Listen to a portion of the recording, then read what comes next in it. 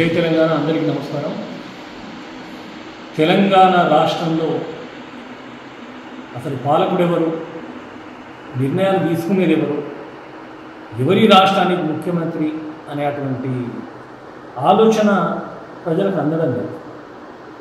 ఆయన పేరుకే ముఖ్యమంత్రి, ఆయనను కదిలిస్తే బాక పట్టుకుని వదిలినట్టే పోతామని తప్పితే ఆయన మాటలకు విలువ లేదు, ఆయన చేతులకు అందకంటే విలువ.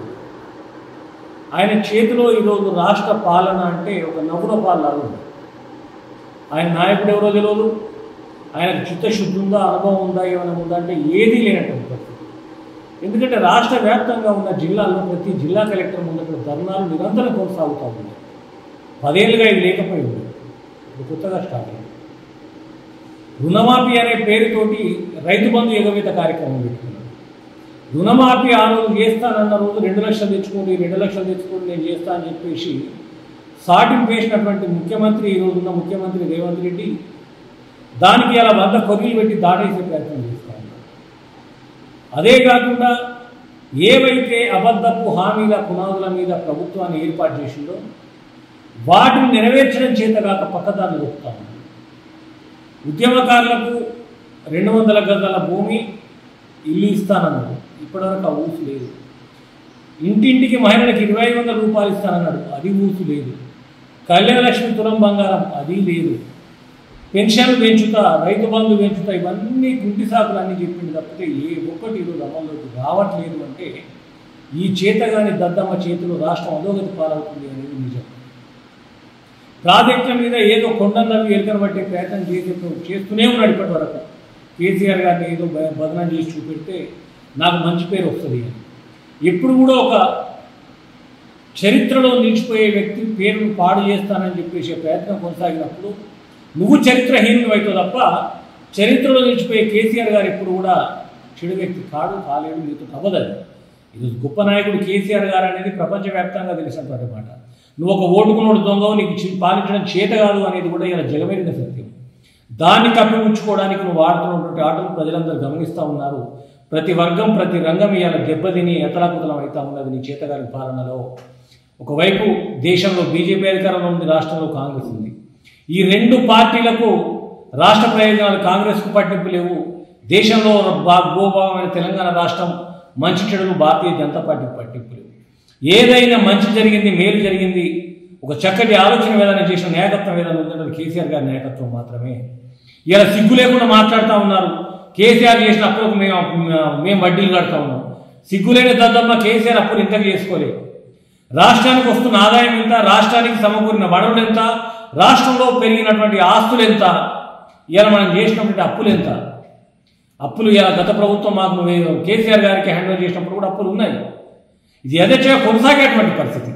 ఇలా కొత్తగా ఏదో కేసీఆర్ గారు చేస్తేనే అప్పులు అవ్వలేదు. కేసీఆర్ గారు అప్పులు చేయడం కాదు, ఆ అప్పులకు 4 రేట్లు ఆశ్రమంలో పెంచింది. దాని గురించి మాట్లాడాలి. కేసీఆర్ గారి ఆనవాళ్ళు లేకుండా చేయాలని చెప్పేసి విశ్వ ప్రయత్నం చేస్తున్న ఈ దద్దమ్మలకు, ఈ చేతగాని కాంగ్రెస్ పార్టీ నాయకులు నేను ఒకటే చెప్తా ఉన్నా సూటిగా, నిజంగా మీకు చిత్తశుద్ధి ఉంటే, నిజంగా మీరు కేసీఆర్ ఆనవాళ్ళు లేకుండా చేయాలనుకుంటే ఇవాళ రాష్ట్రానికి తెచ్చిన నాయకుడే కేసీఆర్ గారు. ఈ రాష్ట్రంలో మొట్టమొదటి ముఖ్యమంత్రి కేసీఆర్ గారు. మరి మీరెందుకు కూర్చుంటున్నారు దద్దమ్మలు? వెళ్ళిపోండి చక్కగా, మాకు చేతనైతే మేము పాలించలేము, మా వల్ల కీడే తప్ప మేలు కాదని చెప్పేసి ఒప్పుకోండి, ముక్కుపోయి పక్కన జరగండి. ఇవాళ కేసీఆర్ గారి పార్టీలో ఉన్న ఎమ్మెల్యేలను కాలు మొక్కి దండం పెట్టి గనులు పట్టుకొని డబ్బులు ఆశలు పెట్టి ఇలా జాయిన్ చేసుకొని బెదిరించి భయభ్రాంతులకు గురి చేసి జాయిన్ చేసుకొని అది పెద్ద రాజకీయం అనుకుంటా ఉన్నావు. ఎందుకు జాయిన్ చేసుకుంటున్నావు? నీ ప్రభుత్వాన్ని ఎప్పుడు ఊరగొడతారో తెలియదు కాబట్టి వీళ్ళని జాయిన్ చేసుకునే అవసరం వస్తుంది. నువ్వు వాళ్ళని జాయిన్ చేసుకున్నంత మాత్రం గొప్ప నాయకుడు కాలేవు. ఎందుకు కాలేవు అంటే ప్రజలు నిన్ను ఆదరించాలి, ప్రజలు నిన్ను చీ అంటా ఉన్నారు. అంతేకాకుండా మీ నాయకుడు మనియాష్ అంటా ఉన్నాడు, బీఆర్ఎస్ పార్టీ నుంచి వచ్చినటువంటి ఎమ్మెల్యేల నియోజకవర్గంలో విపరీతమైనటువంటి వ్యతిరేకత ఉన్నది. అంటే విపరీతమైన వ్యతిరేకత ఎందుకు వచ్చింది అంటే ఇవాళ చేతగాని దద్దమ్మ పార్టీలో వాళ్ళ మీద వ్యతిరేకత వస్తూ ఉంది. నిజంగా వాళ్ళ మీద వ్యతిరేకత ఉంటే బీఆర్ఎస్ పార్టీ అభ్యర్థిగా వాళ్ళు గెలవకపోతుండే, మీరు నిలబెట్టినటువంటి అభ్యర్థి ఓడిపోకపోతుండే, గెలిచారు వాళ్ళు. కానీ మీ పార్టీలో చేరుకున్న తర్వాత వాళ్ళకు చరిత్రహీనులుగా నియోజకవర్గాల్లో ఉన్నారు. ఈరోజు మీ వల్ల వాళ్ళకి చెడ్డ పేరు వచ్చింది. ఏదైతే వాళ్ళపైనే కదా మధుయాష్కి ఓడిపోయింది కూడా. ఇవాళ నీకు చెప్తా ఉన్నావు, మరి మళ్ళీ వాళ్ళ నిజంగా నువ్వు అన్నట్టు వ్యతిరేకత ఉందనుకున్నావు. ఏం పీకడానికి చేంజ్ చేసుకుంటున్నారు మీ పార్టీలలో? అవసరం వచ్చింది మీకు చేత కదా, మీకు ఉన్నారు కదా సంఖ్య 65 మంది ఉన్నారు, సరిపోరా?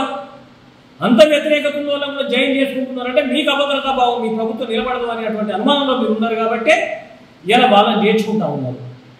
ఖచ్చితంగా ప్రజాక్షేత్రంలో ప్రజలు ప్రతిదీ గమనిస్తూ ఉన్నారు. కేసీఆర్ గారి పాలన ఎంత ఆదర్శవంతంగా కొనసాగింది, ఎంతమందిని అక్కున చేర్చుకున్నది, ఎన్ని వర్గాలను ఎన్ని రంగాలను చేత పట్టుకొని ఇలా అభివృద్ధి దిశగా ముందుకు తీసుకొచ్చింది.